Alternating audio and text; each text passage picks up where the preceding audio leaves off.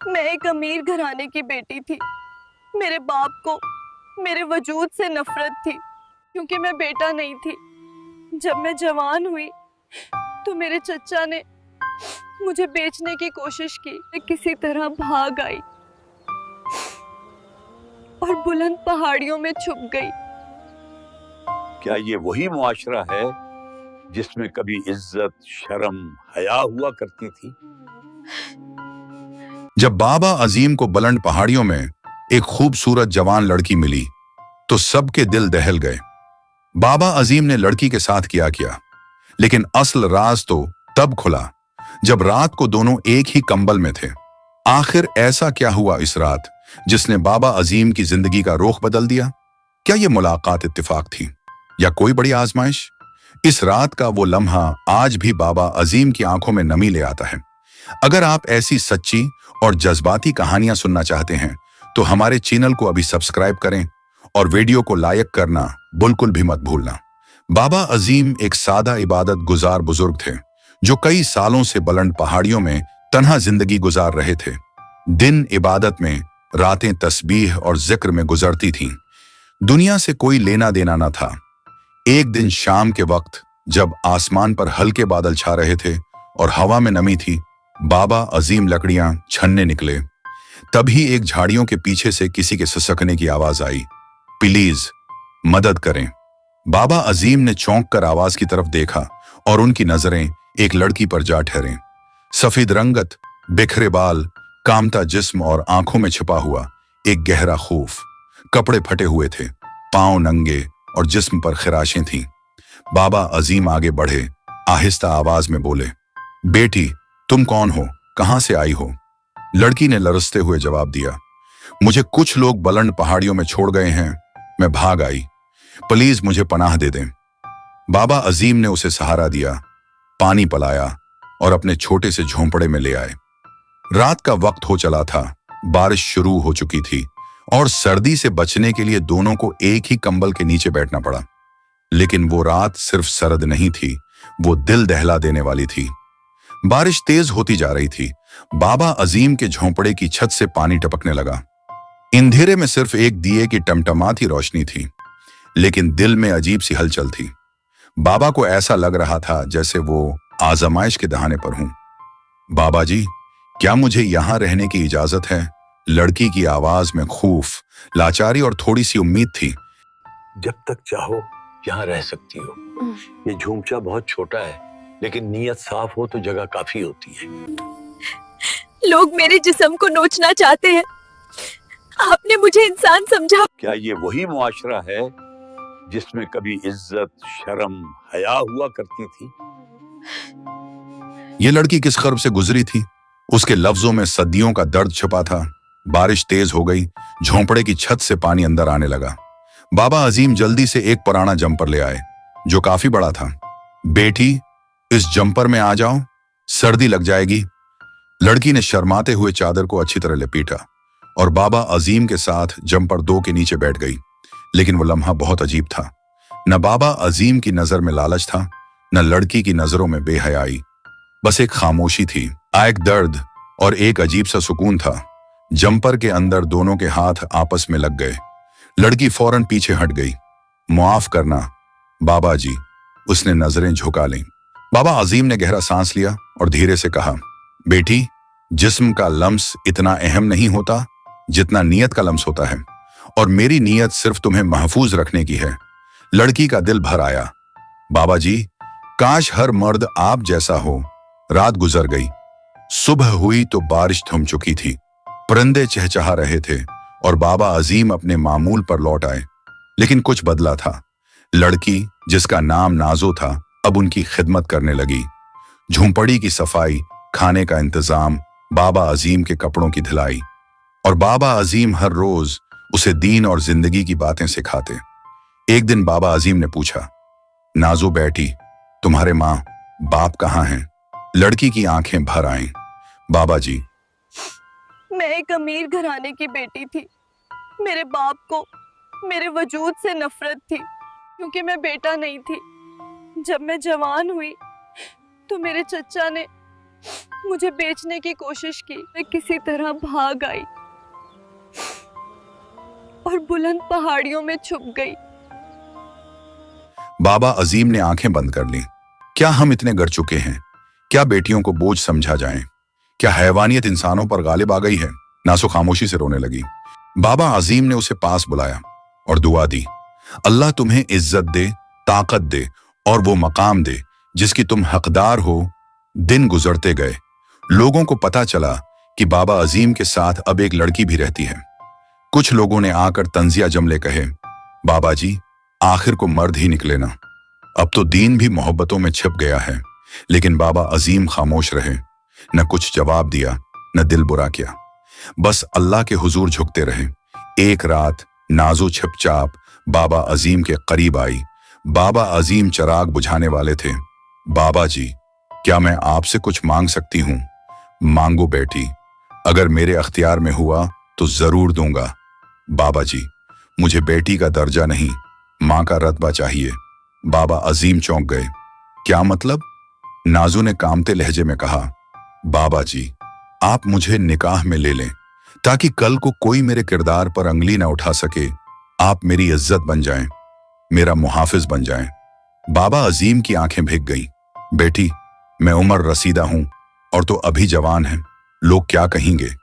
नाजू ने जवाब दिया, बाबा जी लोगों ने तब भी कुछ ना कुछ कहा था जब मैं तन्हा थी, और अब भी कुछ कहेंगे, लेकिन मुझे सिर्फ अल्लाह की रजा और अपनी इज्जत अजीज हैं। आप मेरे लिए अल्लाह का इनाम हैं। फिर अगले ही दिन पहाड़ी बस्ती के इमाम को बुलाया गया। चंद मकामी लोगों को गवाह बनाया और सादगी से निकाह हो गया। न कोई जहीज, न रस्म, न कोई शर्त, बस दो दिल, एक नीयत और रब की रिजा। नाजो ने झोंपड़ी संवार दिया। बाबा अजीम की खिदमत में कोई कमी न छोड़ी और बाबा अजीम अब उसे सिर्फ बीवी नहीं, एक अमानत समझकर रखते थे।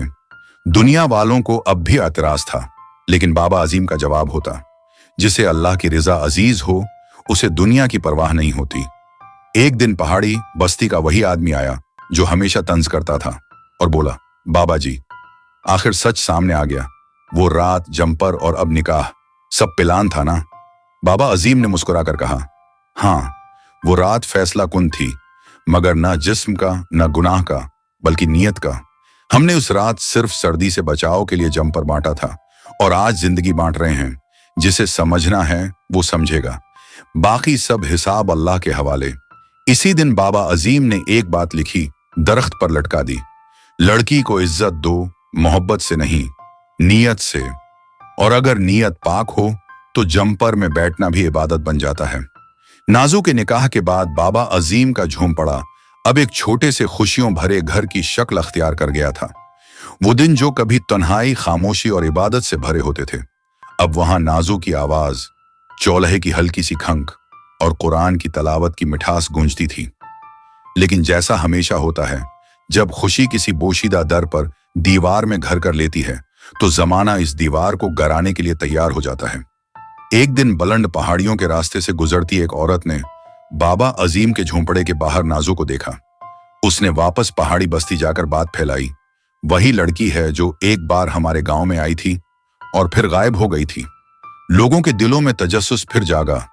इस औरत की बातों ने वो आग भड़काई जिसने बाबा अजीम के खिलाफ पहाड़ी बस्ती को फिर खड़ा कर दिया। ये लड़की पहले भी कई मर्दों को फंसा चुकी है, अब बाबा अजीम का लबादा पहनकर इज्जत के पर्दे में छिपी हुई है। ये निकाह महज एक बहाना है। बात चौहदरी तक पहुंची और एक दिन पहाड़ी बस्ती के कुछ लोग बाबा अजीम के झोंपड़े पर जा धमके, बाबा हम आपको इज्जत देते थे, दुआएं लेते थे, मगर आपने तो धोखा दिया। बाबा अजीम खामोश खड़े रहे। नाजू अंदर कांपती रही। हमें इस लड़की का असल चेहरा दिखाना होगा, ये नेक नहीं, फरेब है। बाबा अजीम ने आगे बढ़कर कहा, गहरी सांस के साथ, वक्त आएगा सब वाजे हो जाएगा। किसी ने पत्थर फेंका, किसी ने झोंपड़े का पर्दा फाड़ा, किसी ने नाजू के किरदार पर सवाल उठाया। नाजू चीख मुझे पड़ी, क्यों हर बार कुर्बानी देनी पड़ती है? मैं क्यों हर बार मुजरिम ठहराई जाती हूँ? क्या ज़म्मे औरत होने की सजा भुगत रही हूँ? बाबा अजीम ने उसे सीने से लगा लिया और कहा, नहीं नाजू, वक्त हमेशा एक जैसा नहीं रहता और हर कहानी में एक ऐसा लम्हा जरूर आता है जो आंखों को नम, दिल को बोझल और रूह को हिला देता है। एक दिन नाजू ने देखा कि बाबा अजीम फज्र की नमाज के बाद देर तक सजदे में रहे। जब वो उठे तो उनके चेहरे पर नकाहत और आंखों में नमी थी। नाजू ने पूछा, बाबा जी खैरियत है? बाबा अजीम ने नरमी से मुस्कुराकर कहा, हाँ नाजू, बस अब लगता है रब का बुलावा करीब है। नाजू का दिल लर्ज गया। ऐसी बातें ना करें, आप ही तो मेरी जिंदगी का सहारा हैं। बाबा अजीम ने हाथ थाम कर कहा, नहीं नाजू, अब तुम खुद एक सहारा बन चुकी हो। मैंने तुम्हें बेटी बनाकर अपनाया था, तुमने मुझे शौहर मानकर जीने का हौसला दिया। अब वक्त है कि तुम खुद रोशनी बनो। कुछ दिन बाद बाबा अजीम की तबीयत मजीद बिगड़ गई। न कुछ खा पाते न बोल पाते, बस तस्बीह के दाने गिराते जाते और निगाहें नाजू के चेहरे पर ठहरी रहती। आखिर एक रात जब आसमान पर चांद था और दरख्तों के साए खामोशी से जमीन को छू रहे थे, बाबा अजीम ने अपना आखिरी सांस लिया। नाजू उनके सीने से लगी रही और कहती रही, बाबा जी, मैं यतीम थी, आपने मुझे बाइज्जत बनाया। अब आप चले गए, मगर मैं आपका पैगाम लेकर जिंदा रहूंगी। जब बाबा अजीम की मीयत को लाया गया तो पूरा पहाड़ी बस्ती उमड़ आया। वही लोग जिन्होंने पत्थर मारे थे, जिन्होंने ताने दिए थे, आज उनके कदमों में फूल रख रहे थे। हर आंख में आंसू, हर जबान पर एक ही लफ्ज, बाबा जी हम शर्मिंदा हैं। नाजो सफेद दोपटे में लपटी खामोशी से बैठकर लोगों को पानी पिला रही थी। किसी ने पूछा, तुम इतनी मजबूत कैसे हो? नाजू ने कहा, क्योंकि मैं बाबा अजीम की बीवी हूं और उन्होंने मुझे बताया था इज्जत कभी किसी मर्द की नजर से नहीं, अल्लाह के फैसले से मिलती है। बाबा अजीम के बाद नाजू ने झोंपड़े को खत्म नहीं होने दिया। वहीं एक छोटा मदरसा कायम किया जहां लड़कियों को तालीम, इज्जत, दीनी शऊर और खुददारी सिखाई जाती। लोग अपनी बेटियों को खुद लेकर आते और कहते, हम चाहते हैं हमारी बच्ची भी नाजू जैसी बने। नाजू मुस्कुराकर कहती, नाजू जैसी नहीं, अपने जैसी बनाओ, मजबूत, बाइज्जत और खुददार। कभी जब कोई लड़की उदास बैठती तो नाजू उसे कहती, अगर तुम्हारी जिंदगी में भी कभी कोई नेक बाबा आ जाए तो उसकी आंखों को पहचानना, क्योंकि दुनिया बदन को देखती है मगर असल ताकत नीयत में होती है। नेक बाबा चले गए, लेकिन उनकी नेकी, उनकी नीयत और उनकी मोहब्बत आज भी नाजू की मुस्कुराहट में जिंदा है। जंपर में जो हाथ कभी इत्तेफाक से छू गए थे, वो हाथ एक दिन जिंदगी की रोशनी बन गए। और यही सबसे बड़ा पैगाम है कि नीयत पाक हो तो लम्स भी इबादत बन जाता है। अगर आपको ये कहानी दिल को लगी हो, अगर आप चाहते हैं कि माशरा ऐसी सच्ची, साफ नीयत वाली कहानियों से बदले, तो बिराह करम हमारे चैनल को सब्सक्राइब करना ना भूलें। बाबा और नाजू की जिंदगी से ये सबक मिलता है कि हर तन्हाई में बराई नहीं होती और हर खामोश इंसान मुजरिम नहीं होता। बाज औकात एक नेक नीयत शख्स भी लोगों के शक, अफवाहों और खौफ का शिकार बन जाता है। नाजू की मासूमियत और बाबा की सादगी ने यह सिखाया कि माशरा अक्सर सच जाने बगैर फैसले कर लेता है और यही जल्दबाजी बेगुनाहों के लिए सबसे बड़ी आजमाइश बन जाती है। इंसाफ सिर्फ इल्जाम लगाने से नहीं, बल्कि तहकीक, सब्र और दिल की सफाई से कायम होता है। ये कहानी हमें यह भी सिखाती है कि औलाद को जिन्स के तराजू में तोलना जुल्म है और बेटी को कमतर समझना उसे बर्बाद करने के मुतरादिफ है। मोहब्बत, कबूलियत और तहफ़्फ़ुज़, यही वो चीजें हैं जो औलाद को बगावत से बचाती हैं, क्योंकि नाजू की भागने की वजह जुर्म नहीं थी, बल्कि मोहब्बत की कमी थी।